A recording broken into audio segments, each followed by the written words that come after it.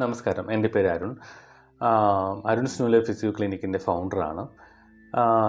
പലപ്പോഴും പേഷ്യൻസ് എന്നോട് ചോദിക്കുന്നൊരു ചോദ്യമുണ്ടായിരുന്നു. എന്തുകൊണ്ടാണ് സാർ ഫിസിയോതെറാപ്പി പ്രൊഫഷൻ സെലക്ട് ചെയ്തത്? എങ്ങനെയാണ് ഈ പ്രൊഫഷനിലേക്ക് കടന്നു വന്നത് എന്ന്, അല്ലെങ്കിൽ എന്താണ് ഈ പ്രൊഫഷൻ്റെ ഒരു മഹത്വം എന്ന്.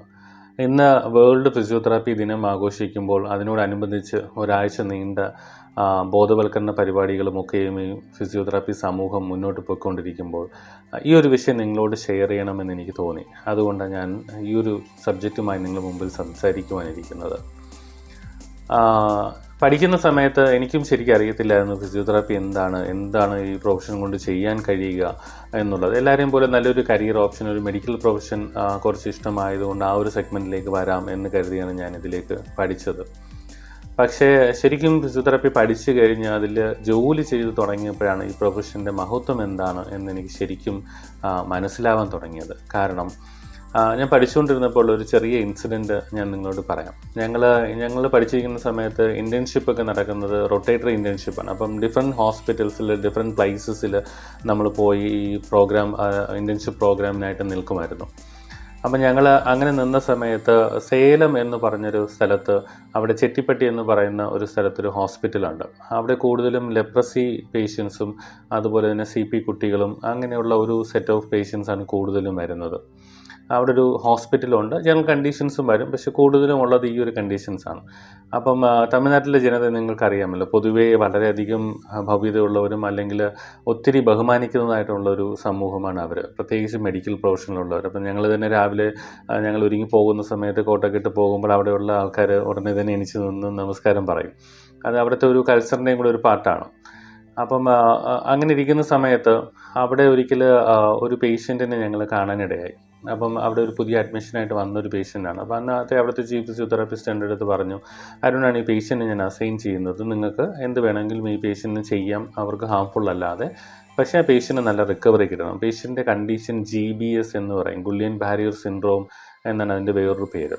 അപ്പം ശരിക്കും പറഞ്ഞാൽ ഈ കണ്ടീഷനിൽ എന്ത് വരുമെന്ന് പറഞ്ഞാൽ നമ്മുടെ മനുഷ്യ ശരീരത്തിലുണ്ടാകുന്ന പെരിഫറൽ നെർവ്സ് മൊത്തത്തിൽ അഫക്റ്റഡ് ആയിട്ട് ആ നെർവസ് സിസ്റ്റം മൊത്തത്തിൽ ഡൗൺ ആയി പോകും. അപ്പം ശരിക്കും ഒരു ക്വാഡ്രിപ്ലീജിയ പ്രസൻറ്റേഷൻ പോലെ, അല്ലെങ്കിൽ ശരീരത്തിൻ്റെ മൊത്തം ചലനാവസ്ഥയും നഷ്ടപ്പെട്ടു പോകുന്ന ഒരവസ്ഥയിലേക്ക് ഈ പേഷ്യൻ്റ് എത്തിച്ചേരും. അതായിരിക്കും അതിൻ്റെ അവസ്ഥ. അപ്പം ശരിക്കും ഞാനും പഠിച്ച സമയത്ത് ഇതൊക്കെ പഠിച്ചിട്ടുണ്ടെങ്കിലും വളരെ ത്രില്ലോടുകൂടി ഓക്കെ പേഷ്യൻസിന് ഇപ്പം റെഡിയാക്കി കളയാൻ പെട്ടെന്ന് ശരിയാക്കാം എന്നൊക്കെ പറഞ്ഞാണ് ഞാൻ കാണാൻ പോയത്.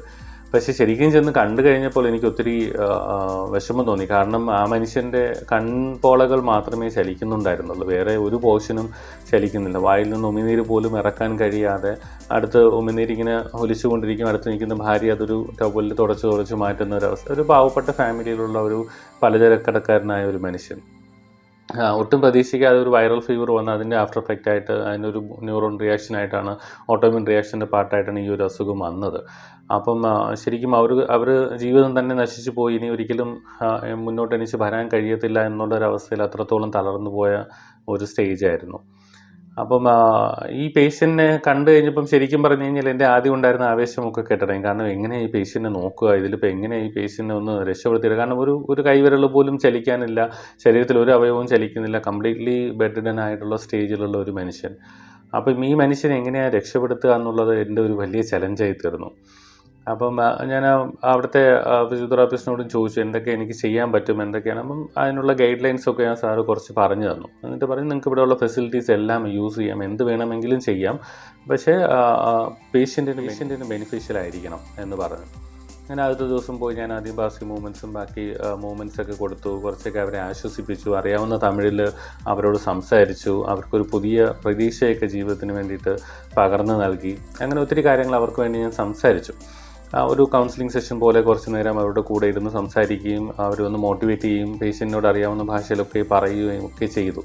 അതിനുശേഷം മൂവ്മെൻറ്റ്സൊക്കെ കൊടുത്തിട്ട് തിരികെ വന്നു. അടുത്ത ദിവസം മുതൽ അവിടെ സസ്പെൻഷൻ തെറാപ്പി എന്ന് പറഞ്ഞൊരു നമുക്കൊരു ഫിസിയോതെറാപ്പിയിലൊരു യൂണിറ്റ് ഉണ്ട്, അതിൻ്റെ ടേബിളും ഫെസിലിറ്റീസ് എല്ലാം അവിടെ ഉണ്ടായിരുന്നു. അപ്പോൾ പേഷ്യൻറ്റ് ഞാൻ അതിലേക്ക് ഷിഫ്റ്റ് ചെയ്തിട്ട് ആ പേഷ്യൻ്റെ കാലും കൈയൊക്കെയും അതിനകത്ത് പതുക്കെ മൂവ്മെൻറ്റ് കൊടുത്തു തുടങ്ങി. ഒരു 3 ദിവസം കഴിഞ്ഞപ്പോഴത്തേക്കും എനിക്കൊരു ചെറുവിരലിൻ്റെ അനക്കം ആ പേഷ്യൻറ്റിന് കിട്ടി. അതെൻ്റെ മനസ്സിലൊരു വലിയ വെളിച്ചമായിരുന്നു. കാരണം ഒരു ചെറിയ അനക്കം ദൈവത്തിൻ്റെ കയ്യിൽ നിന്ന് നമുക്ക് കിട്ടിയിരിക്കുന്നു, ഇനി നമുക്ക് പിടിച്ച് കയറാൻ പറ്റും എന്നുള്ളൊരു പ്രതീക്ഷ കയ്യിൽ വന്നു.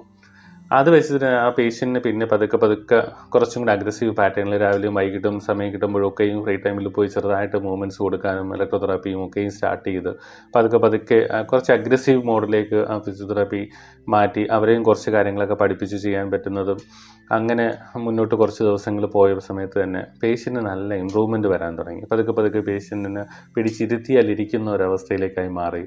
ഒരു 7 ദിവസത്തിനകത്ത് തന്നെ പതുക്കെ പതുക്കെ പേഷ്യൻറ്റിനെ പിടിച്ച് ഞങ്ങൾ 2-3 പേര് ചേർന്ന് ഒരു മതിലിൽ പിടിച്ച് ചേർത്ത് നിർത്തുകയും ആ ഒരു സ്റ്റാൻഡിങ് പ്രാക്ടീസൊക്കെ പതുക്കെ പതുക്കെ സ്റ്റാർട്ട് ചെയ്തു. ആദ്യമൊക്കെ അത് വളരെ പ്രയാസകരമായിരുന്നെങ്കിലും കുറച്ച് ദിവസങ്ങൾക്ക് ശേഷം പതുക്കെ പതുക്കെ പേഷ്യൻറ്റും റെസ്പോണ്ട് ചെയ്യാനും പുള്ളിക്കാരൻ്റെ ഓരോ മസിൽ ഗ്രൂപ്പായിട്ട് പതുക്കെ പതുക്കെ റീഗെയിൻ ചെയ്ത് പവറിലേക്ക് വരുന്നത് നന്നായിട്ട് ഞങ്ങൾക്ക് മനസ്സിലാക്കാൻ പറ്റി.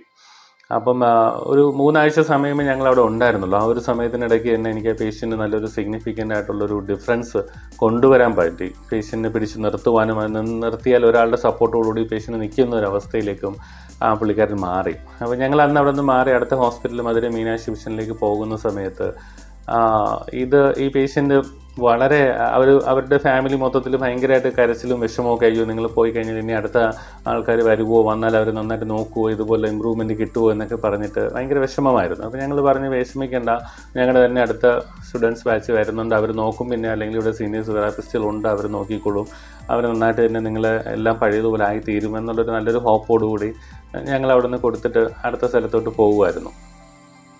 എന്നിട്ട് ഞാൻ മധുരയിൽ ഇൻറ്റേൺഷിപ്പ് ചെയ്തുകൊണ്ടിരിക്കുന്ന സമയത്ത് ശരിക്കും ഒരു 1.5 മാസം കഴിഞ്ഞ സമയത്ത് എനിക്കൊരു കോള് വന്നു. പരിചയമില്ലാത്ത നമ്പർ, അന്ന് മൊബൈൽ ഫോണൊക്കെ ആയി വരുന്നതേ ഉള്ളൂ. അപ്പം ഞാനിങ്ങനെ നോക്കുവാണ് ഇതാരാ വിളിക്കുന്നതെന്ന് ചോദിച്ചപ്പം എൻ്റെ അടുത്ത് ഫോൺ എടുത്തിട്ട് പുള്ളി ചോദിച്ചു, അയ്യാ എന്നെ ജ്ഞാപകം ഇരിക്കുക, എൻ്റെ പേര് തമിഴഴകൻ എന്നാണ് എന്ന്. ഓക്കെ, അപ്പം പുള്ളിയുടെ പേര് കേട്ടപ്പോൾ എനിക്ക് മനസ്സിലായി ഈ മനുഷ്യനാണ് സംസാരിച്ചത്. അപ്പം അന്ന് ഞാൻ പോകുന്ന സമയത്ത് ഇങ്ങനെ വാക്കുകളൊക്കെ ചെറുതായിട്ട് സംസാരിക്കുന്നത് ഉണ്ടായിരുന്നുള്ളൂ, ഒന്നും വ്യക്തമാവില്ലായിരുന്നു.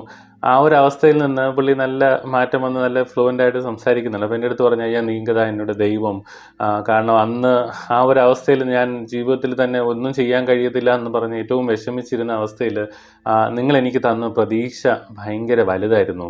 ആ ഒരു പ്രതീക്ഷ എൻ്റെ ജീവിതത്തിൽ എനിക്ക് ഒരു മുന്നോട്ട് നോക്കാനും അല്ലെങ്കിൽ എനിക്ക് എനിക്ക് തിരികെ വരാൻ പറ്റും, എനിക്ക് വീണ്ടും ലൈഫിലേക്ക് കൊണ്ടുവരാം, എന്നെ തന്നെ എനിക്ക് നടത്താൻ കഴിയും എന്നുള്ളൊരു സ്റ്റേജിലേക്ക് എന്നെ കൊണ്ടുവരാൻ എനിക്ക് ആ ഒരു വാക്കുകൾ ഒത്തിരി ബലം തന്നു.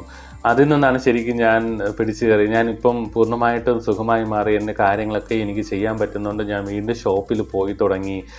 നിങ്ങളുടെ ആ ഒരു കൈവെപ്പ് അല്ലെങ്കിൽ നിങ്ങൾ ജീവിതത്തിലേക്ക് നിങ്ങൾ ശരിക്കും എന്നെ ജീവിതത്തിലേക്ക് കരം പിടിച്ച് കയറ്റുകയാണ് ചെയ്തത്. ഞാൻ ഒരിക്കലും ഈ ഒരു അനുഭവം എൻ്റെ ജീവിതത്തിൽ മറക്കത്തില്ല, എന്നും നന്ദിയുള്ളവനായിരിക്കും എന്ന് എന്നോട് പറഞ്ഞു. ശരിക്കും ആ വാക്കുകൾ ഇന്നും എൻ്റെ ചെവിയിൽ എനിക്ക് അങ്ങനെ മുഴങ്ങുന്നുണ്ട്.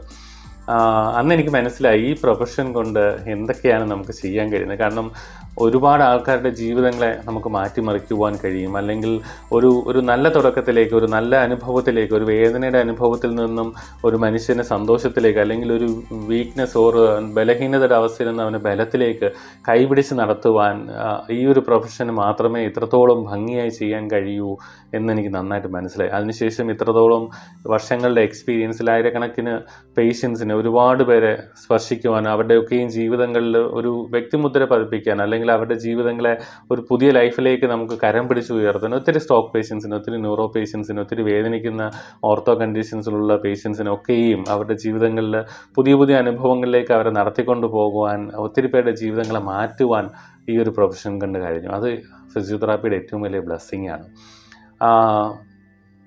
ഈ ലോക ഫിസിയോതെറാപ്പി ദിനം ആഘോഷിക്കുന്ന ഈ വാരാഘോഷ സമയത്ത്, അല്ലെങ്കിൽ ഈ ഒരു വീക്കിൽ എൻ്റെ കൂടെ കരം കോർത്ത് നിൽക്കുന്ന, അല്ലെങ്കിൽ എന്നോടൊപ്പം ചേർന്ന് പ്രവർത്തിക്കുന്ന ഈ ലോകത്തിലുള്ള സകല ഫിസിയോതെറാപ്പി സുഹൃത്തുക്കൾക്കും എൻ്റെ ഹൃദയം എന്ന് പറഞ്ഞ ആശംസകൾ അർപ്പിക്കുന്നു.